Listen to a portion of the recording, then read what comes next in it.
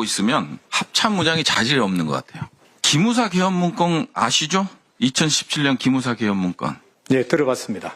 당시 기무사 개헌 문건에 대해서 부적절한 것이냐? 답변이 아는 바가 없습니다요. 계엄을 총괄하는, 지휘하는 최고 책임자가 계엄에 대해서 아는 바가 없습니다. 이런 답변을 왜 보냅니까? 합참의장이 국군조직법상 합참의장의 역할이 뭡니까? 군령에 있어서 장관을 보좌하고 작전부대와 합동부대를 작전 지휘 및 지휘 감독하게 되어 있습니다. 작전 지휘 체계에 있는 자가 의장에게 보고하지 않고 작전 명령을 내릴 수 있습니까? 근데 현재 수사 중인 사항으로 이에 대한 언급은 적절하지 않다고 생각합니다. 지휘 체계를 유린하는 상황에 대해서도 답변을 못해요. 어떻게 합참의장을 합니까? 작전본부장, 의장 지하에 있어요, 없어요? 지휘하에 있습니다. 합참정보본부장 지하에 있어요, 없어요? 있습니다. 그런데 의장을 패싱해. 근데 이거에 대해서 답변을 못한다? 다 법이나 시행령을 통해서 다 명문화가 된 사안에 대해서 못하겠다. 이게 말이 됩니까?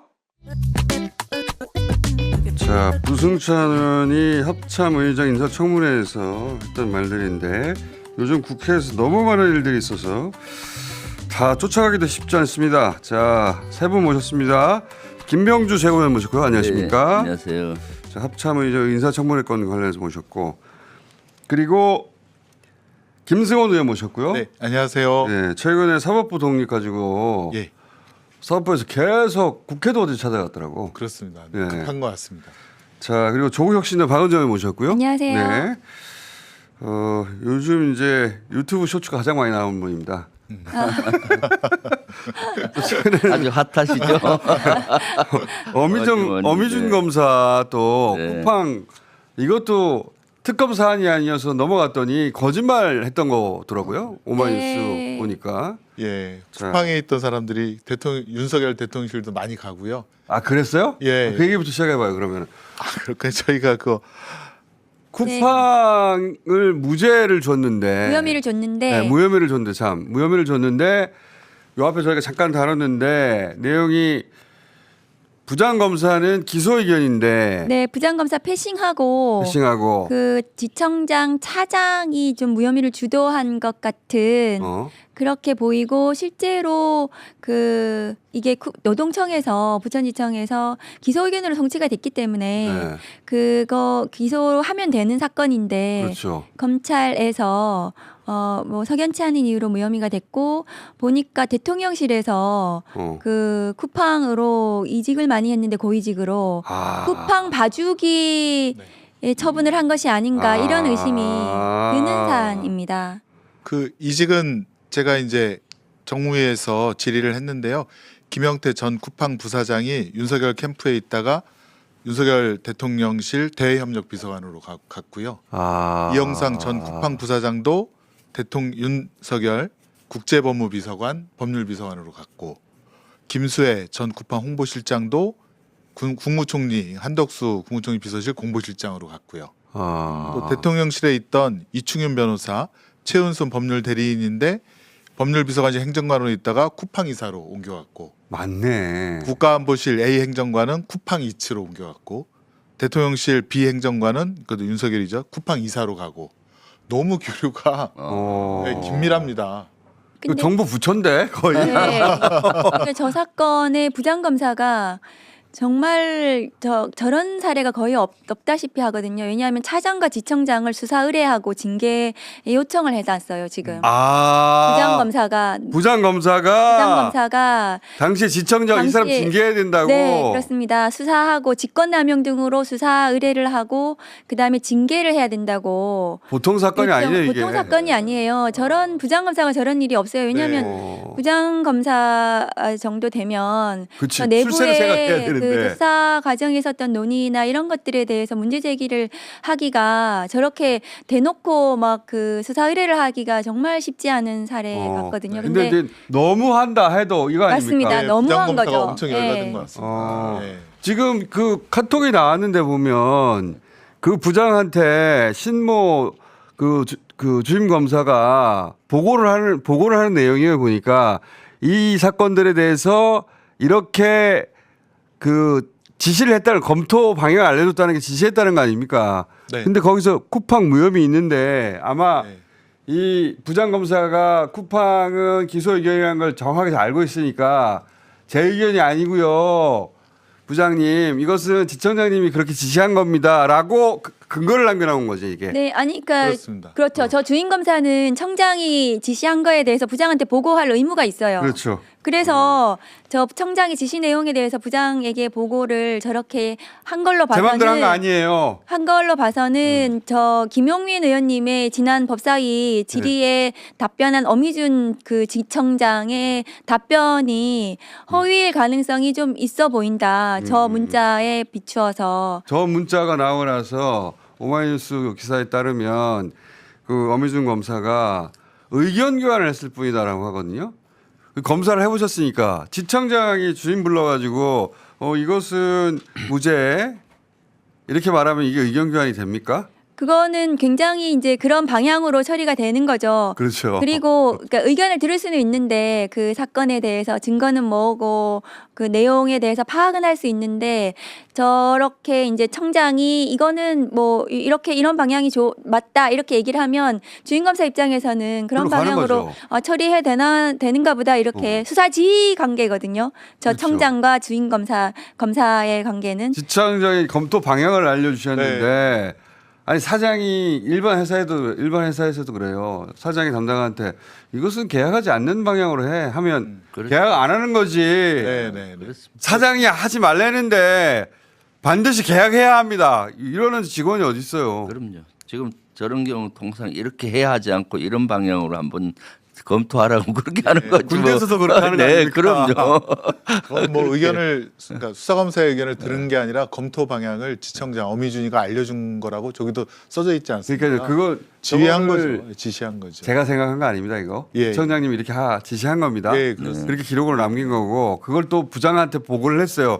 부장은 또 그걸 봤어. 그걸 들고 있다가 부장에서 나온 거 아니겠어요, 저거? 그리고 아까 박은정 의원님께서도 말씀하셨는데 이게 사건 검찰에 올라온 초기라고 그러셨잖아요. 그러니까 저게 아마 그 제가 기사 내용을 정확하게 기억은 안 나는데 그 저 사건 이제 송치가 된 이후에 아마 지청장이 저 사건을 챙겨 보려고 했던 것 같아요. 아. 그래서 그렇게 한 것 같고 저 문자는 저 부장한테서 나온 것이라기보다는 뭐 이런 취재 과정에서 저게 계속 이제 내부적으로 문제가 됐던 것 같아요. 이게 기소가 그래서. 명백한 사건으로 부장은 봤는데 무혐의가 되니까 이렇게 문제 제기를 좀 한 것 같아요, 부장이. 그래서 아마 저렇게 취재 과정에서 여러 가지가 좀 된 것 같습니다. 보통 사건이 아니. 근데 엄희준 검사가 또 유명하잖아요. 유명하고 네. 예 아무튼 그 쿠팡 대표가 윤석열과 23기 또 동기지 않습니까? 아하. 동기고 윤석열 그 파면으로 물러나니까 지금 미국으로 가셨어요? 예 미국 뭐 그쪽 대표인가 아. 그쪽 관할 총괄로 갔는데 음. 그때 당시에 윤석열 정권 때 쿠팡에 대한 봐주기 수사라든가 봐주기 행정처분 이런 그러니까. 것들이 비일비재했죠. 그때 그런 의혹이 많이 있었어요. 많이 아니 있었습니다. 쿠팡은 뭐길래 도대체 예. 징계를 안 받냐고. 네. 사람도 죽고 그렇습니다.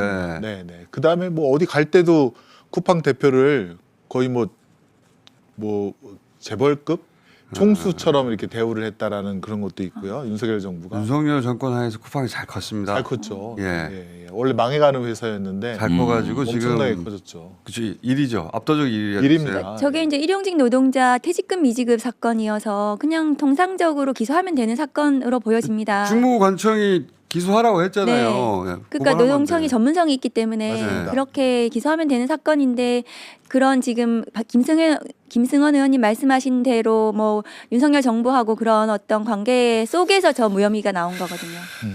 야, 이건 그날은 워낙 다른 큰 사건들이 많아가지고. 삐지 그게 너무 커가지고. 그러니까요. 네. 삐지 그거에 모두에 집중했었는데 네. 조용히 중요한 건이 지나가고 있었어요. 네, 그러니까요. 네. 그리고 이날 박은정 의원님이 또 엄희준 검사를 막 몰아붙였는데 네. 저희가 이건 띠진이 아니니까 이건 내지 말자 하고 지나갔는데 지금 보니까 그것도 굉장히 중요한 거였어. 네, 맞습니다. 자, 그렇죠. 그리고 이 시간에 주로 법조 의원들만 모시다가 네. 김병주 의원 모신 것은 합참의장 인사청문회가 있었는데 보통은 모르고 지나가거든요. 네, 그렇죠. 대충 모르고 지나가는데 네. 구승찬 의원이 워낙 열이 받았어요. 네. 내란에 관련된 질문은 다 수사 중이다. 잘 모르겠다. 네. 이렇게 답변을 하니까 네. 합참의장이 이래도 되냐고 막 열받은 거 아닙니까? 그렇죠. 어제 부승찬 의원하고 박선원 의원 제가 조금 열을 받긴 했죠. 유승찬 의원이 제일 열받아서 그걸 제가 5호 건 또 편집했는데 5호 것도 다시 봅시다. 네.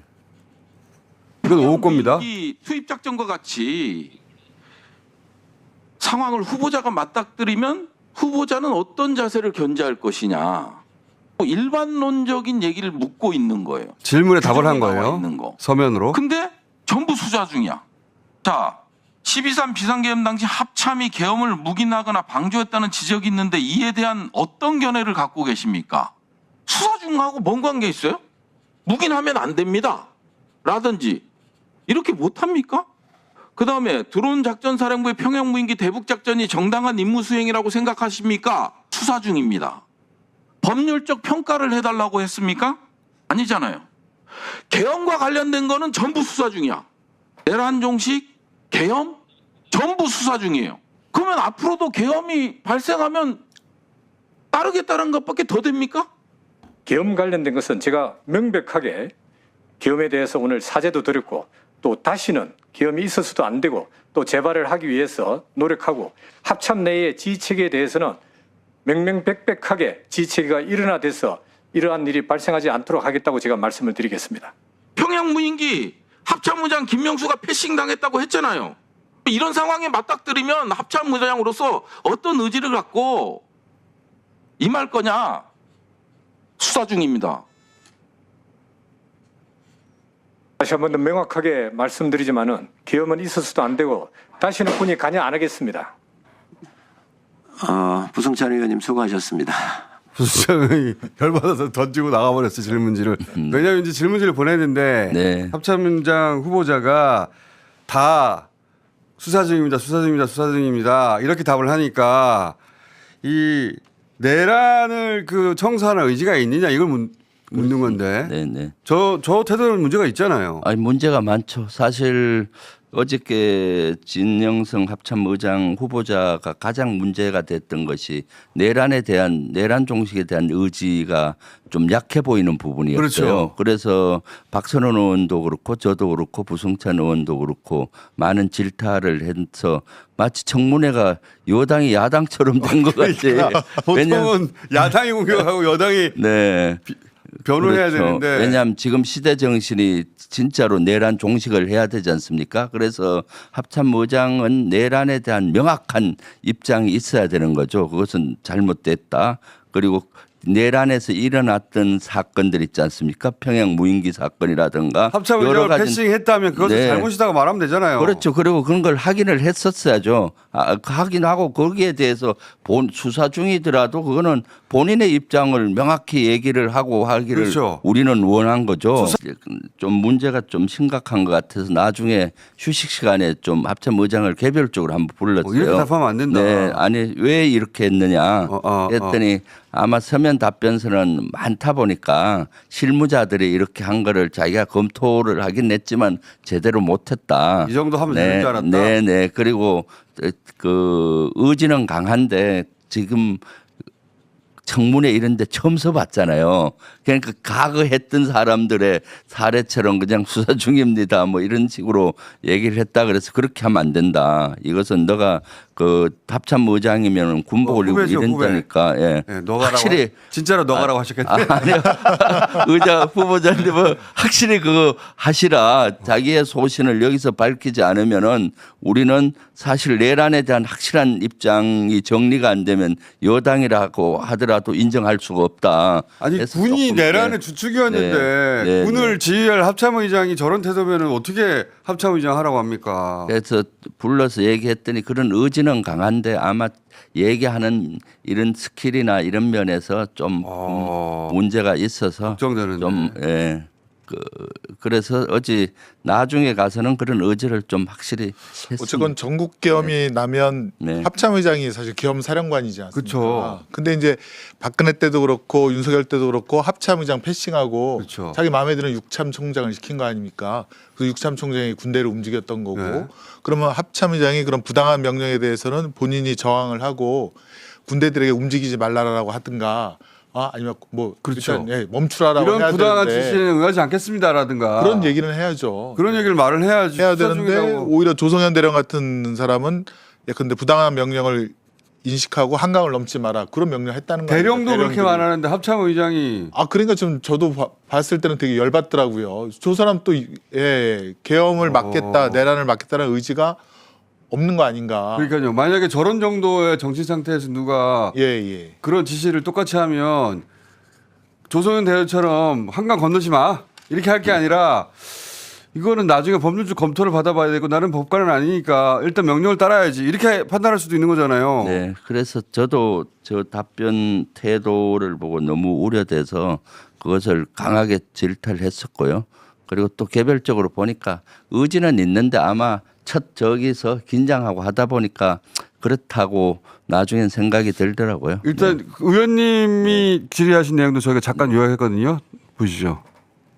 12.3 내란 당시 후보자는 어떤 직책을 했습니까? 전략사령관 직책을 수행했습니다. 비상계엄이 잘못됐다는 걸 알았습니까? 비상계엄은 정상적이지 않다는 것은 이해를 했습니다. 그럼 왜 그때 직을 던지지 않았습니까? 모든 국민은 즉각적으로 목숨 걸고 여의도로 달려왔습니다. 국회의원은 목숨 걸고 국회 담장을 넘었습니다. 그런데 우리 군은 수백 명의 장군 중에 직을 던진 사람이 한 명도 없어요. 우리 군이 요건과 절차를 갖추지 않은 비상계엄에는 다시는 관여하는 일이 없을 겁니다. 관여하는 게 없을 것이란 거는 미래고 그때 제대로 직을 못 던진 것에 대해서 사과드립니다 해야 되는 거죠. 네, 위원님, 제가 사죄 드린다는 말씀을 고개 숙여서 국민께 드렸습니다. 의장이 되시면은 내란 척결에 제일 선봉에 서시겠습니까? 전국의 군이 관여됐어요. 이런 것들을 제대로 조사해서 발본색원해야 된다고 하는데 만약 그런 의지가 없으면은 저는 여당이지만은 합참 의장 인정할 수 없습니다. 비상계엄 관련돼서는 옳다고 생각하지도 않고 여기에 군이 관여된 것에 대해서는 제가 사죄 드렸으며 다시는 이러한 게 재발되지 않다는 확고한 말씀을 드립니다. 아직도 걱정은 되는데요. 네. 이 정부의 고위공직자 되시는 분들은 내란에 대한 감수성이 있으셔야 됩니다. 그렇죠. 그럼 국민들은 불안에 떨고 있고 그 충격에서 아직도 그 트라우마에 빠져 계신 분들이 많거든요. 그래서 그런 내란 계엄에 대한 부분에 대해서는 확실하게 입장을 그러니까 밝히셔야 내란하면 치를 떨어야 되거든요. 네, 네. 그렇습니다. 그래서 저는 지금 내란 수사가 사실 빙산의 일각이거든요. 실제 지금까지 하는 된 것. 것은. 네, 지금까지 된 그러니까. 것은. 그렇기 때문에 저도 계속 그 안규백 장관한테도 찾아가서 지금 자체 조사단을 편성해서 조사를 해서 발본색원해야 되는 데서 자체 조사단을 꾸려서 하긴 합니다. 근데 그런 것 정도는 안 되고 모든 장군들이 반성을 하고 진짜 다시는 이런 것들이 일어나지 않겠다고 스스로도 그런 것들을 분석하고 의지를 보이고 교육도 하고 이런 자정 노릇을 해야 되는데 지금 군에서 그런 자정하는 노력들이 안 보이고 있어서 저는 많이 우려를 하고 있고 그래서 저러기 위해서도 어제 또 사실 제가 여당 최고위원임에도 불구하고 내란에 대해서는 저걸 제대로 못하면 알겠는데 그럼 인정 어떻게 합니까? 못하겠다. 이분은 네. 인사청문회 통과하는 겁니까? 전반적으로 내란 조파트에 대한 답변이 좀 미진했지 나머지 분야는 잘 또 내란 파트가 제일 중요하잖아요. 네, 그렇죠. 네. 이 부분 좀 말씀을 드리면 저는 그 박근혜 때 계엄 문건을 작성했던 조현천 기무사령관이 해외로 도피하지 않았습니까? 4년 만에 이제 검찰로 들어와서 스스로 들어와서 네. 처음에 구속됐다가 6개월 만에 다 풀려났는데 털어줬죠. 그때 내란 예비군 뭐 3년 이상을 다 털어주지 않았습니까?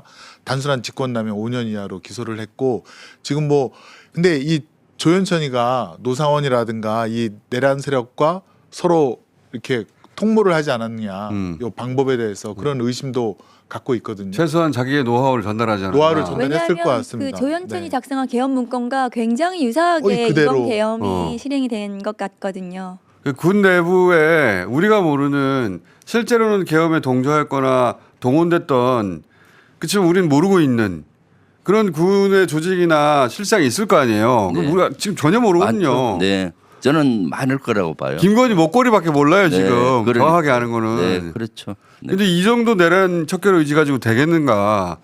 네. 더 다시 확인해 주십시오. 네, 그렇게 하겠습니다. 그리고 더 국방위 차원에서도 그렇고 더 강조하고 하겠습니다.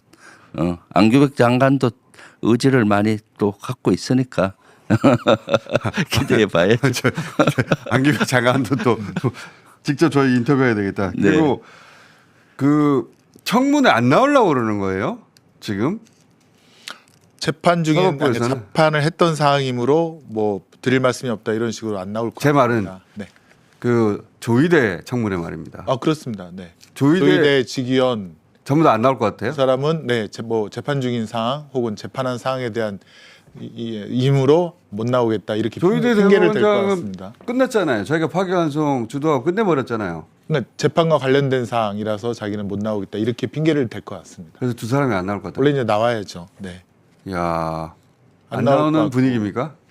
일단은 이제 법사위에서 다음 주 화요일 날 이제 대법원의 대선 개입 예. 긴급 현안 청문회에 대해서 증인으로 지금 소환돼서 오셔야 되는데, 그런데 통상적으로 지난 5월 14일 날 법사위 청문회에서도 안 나왔거든요. 네. 그리고 이 사건에 대해서 뭐 재판과 관련돼서 그는 뭐 판사들이 기본적으로 법 국회에 나와서 증언하지 않겠다는 게 아마 사법부의 입장이어서 나오지 않을 거라고 예상은 되지만, 그래도 저희들은 이런 국민적 의혹, 그러니까 이틀 만에 사법 쿠데타가 발생했다는 이 국민적 의혹, 그리고 조희대 대법원장 사퇴 여론이 지금 과반에 육박하고 있는 이런 상황에서는 직접 나와서 설명을 해야 된다는 것이 법사위 입장입니다. 근데 안 나올 것 같다는 거죠. 지기현 판사도 안 나올 것 같다는 거고. 안 나올 것 같습니다. 네. 잡아올 수도 없고. 그러니까 저는 수사를 해야 된다고 봐요. 수사. 조희대 대법원장은 사실 청문회를 해도 밝혀내는 것이 한계가 있잖아요. 자기 주장만 듣기 때문에 저는 지기현은 크게 조희대 대법원장은 크게 세 가지 죄가 있다고 저는 보거든요. 앞에만 법조 출신들이 있는데. 아니요, 그건 첫 세 가지 번째 뭡니까? 내란에 협조했을 확률이 많다. 왜냐하면 내란이 일어났을 때 계엄하에서는 계엄군이 사법부와 행정부를 관장하고 군사법원을 설치해서 민간의 죄도 군사법원으로 가지고 와서 합니다. 그럼 당연히 사법부와 협조를 하는데 그때 사법부에서 뭘 협조했는지 조희대 대법원장 그때 이런 방구도 하지 않고 얘기했어요. 그 협조 부분이 지금 조사가 안 되고 있어요. 10시부터 네. 1시 사이에 뭘 했는지. 뭘 했는지 네. 아마 분명히 협조를 대법원에서 했을 거라고 저는 봅니다. 그건 매뉴얼상 그렇게 하게 돼 있는 거고요. 오케이. 그리고 두 번째 지기현 재판부에서 윤석열 풀어준 거하고 지기현의 룸사롱 의혹 이런 것들에 대해서 감사를 하고도 밝히지 않고 지연 재판에 대해서도 아무런 조치를 안 하고 있는 것은 저는 직무유기라고 봐요. 네. 세 번째 이제 대선 개입이죠. 이 세 가지에 대해서는 명백히 수사로 저는 밝혀야 된다고 봐요. 그래서 제가 저 대법원 앞에 가서 1인 시위하고 퇴근할 때 조희대 대법원장 차로 보이는 데 가서도 얘기를 하고 행동으로 했죠. 다음 주 청문회는 한덕수 전 총리도 증인으로 채택이 되었는데요. 저는 그 한덕수 총리와 조희대 대법원장 사이에 어떤 의사교류가 있었느냐 그것도 좀 궁금합니다. 왜냐하면 5월 1일 날 대법원에서 선고했을 때 저도 그렇고 많은 법조인들은 이건 다 상고 기각일 것이다. 이렇게 빨리 설마 하면서 파기환송은 예상을 못했거든요. 근데 한덕수 총리가 4월 30일부터 어떤 총리직을 내던지면서 출마하려는 움직임이 좀 보였단 말입니다. 그렇죠. 그다음에 5월 1일 3시에 대법원 선고할 때 선고하고 나서 1시간 만에 이제 사직서 내고요. 그러면 약간 그 알고 있었던 거 결론을 아닌가? 미리 알았다고 저는 보여집니다. 그러니까요. 예. 이게 상고 기각이면 저는 한덕수가 안 움직였을 텐데 움직임이 있었다는 것은 결론을 어느 정도 알고 그렇게 한 것이다라고 보여지고요. 그다음에 저도 매우 의심스럽습니다. 그 국민의힘 대목이. 쌍권 두 양반들도 지금 김문수 총리 그러니까 대통령 국민의힘 후보를 날려버리려고 윤석열 김건희도 알고 있었던 네, 것 같아요. 그러니까 이 사법 쿠데타가 조희대 대법원장이 혼자서 이 대법관들하고 같이 이런 일을 벌였을 거라고는 생각이 저도 들지 그런 배포는 않습니다. 없는 분인 것 같아요. 네. 네. 손 떠는 거 보니까. 그렇습니다. 네. 굉장히 그 짜여진 시나리오, 그러니까 보니까 그 윤석열에 대한 탄핵 선고가 있고 나서 그러니까 윤석열을 날리고 그리고 이재명 후보도 날리고 이런 것들이 그 뭔가 짜여진 시나리오대로 진행이 된 것이 아닌가 이런 의심 속에 사법 쿠데타가 일어난 거예요. 네. 그리고 한덕수 총리는 출마가 목적이 아니라 그냥 출마만 하려는 그 정치인이 아니잖아요. 경력을 쌓는. 네, 네, 네. 그 출마하면 당선될 수 있다는 사실 생각이 들어야 할 텐데 어떻게 김문수를 제치나? 그것은 방법이 있어. 그러니까 새벽 3시에 날리는 네. 그것까지. 그 그런 걸 알아야 나오죠. 맞습니다. 그러니까 파기환송이 돼서 그리고 서울고법에서 절차가 굉장히 빨리 진행이 됐어요. 그 이재명 대통령 후보에 대해서 그러면 그 후보 자격이 박탈돼 버리는 거거든요. 서울고법에서 이것이 파기환송돼서 그 유죄 취지로 그쵸. 판결이 나고 대법원에서 확정을 시켜버리면 그러면 더불어민주당 그에는 대통령 후보가 없는 거예요. 거예요. 네. 예, 맞아요. 다시 한번 그때로 돌아가 보자면 정말 그러네요. 아슬아슬한 상황이 완전 5월 1일 날 됐다. 대법원 네. 선고하고 고등으로 이틀 만에 네. 보내고 고등에서 그때 특별 송달, 그 집행관의 송달을 바로 실시하지 않았습니까? 그래서 그 재판길도 5월 17일 날 네. 잡고 그래서 만약에 날려버렸으면 이제 후보 없는 거죠. 예, 그렇죠. 후보가 후보 등록 없고 기간이 한덕수 지나고 단독 후보네요. 예. 그러면 그 시나리오가 국민의힘 됐으면. 대선 후보가 예. 당선되는 거고요. 네네. 김문수 날려버리고 한덕수 후보로 하고 이재명 대통령 그 후보를 날려버리고 그러면 한덕수 혼자서 그냥 그렇죠. 단독으로 대통령 됐겠네요. 그렇죠. 그때 실질적으로 그렇게 하려고 한 네. 것 그래서 같아요, 막 누군가. 네. 그 예비 후보 등록해야 된다 이런 얘기를 정말로 절박하게 하기도 했었습니다. 맞아요. 네. 그렇죠. 심지어는 네. 그때 저희 지부에서 최고로 긴장을 했죠. 이건 완전 사법 구테타다. 네. 12.3 내란에 이건 구테타이기 그러니까 때문에 법원이 진짜 막 이렇게 가버리면 어떡할 거냐. 네, 이건 어떻게든 모든 걸 동원해서 막아야 된다 했는데. 그래서 대법원장 네. 탄핵도 얘기하고 막 네, 난리가 났었죠. 여기서도. 그럼요. 난리 네. 났고 또 다행히 우리 또 국민들께서 더 들고 일어나 주셔갖고 사실 그땐 백기를 들면서 재판을 또 뒤로 미루고 해서 아슬아슬한 게 네. 한두 번이 아니었는데 아이고, 그러네요. 진짜 네.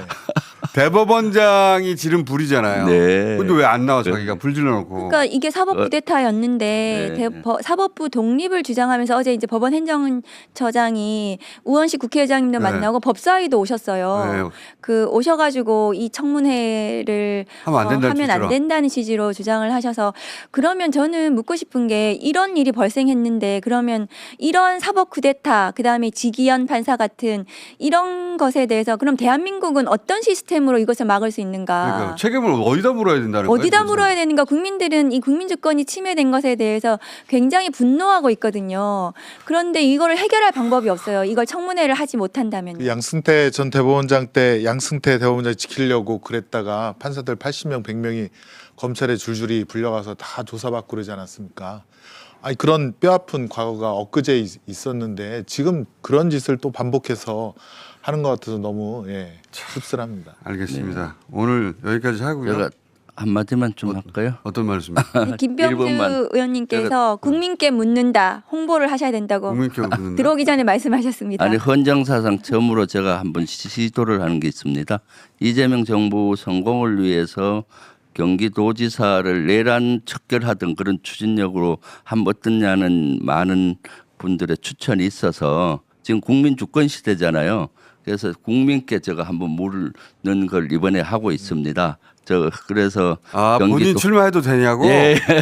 본인 채널에 가서 하시기 바랍니다.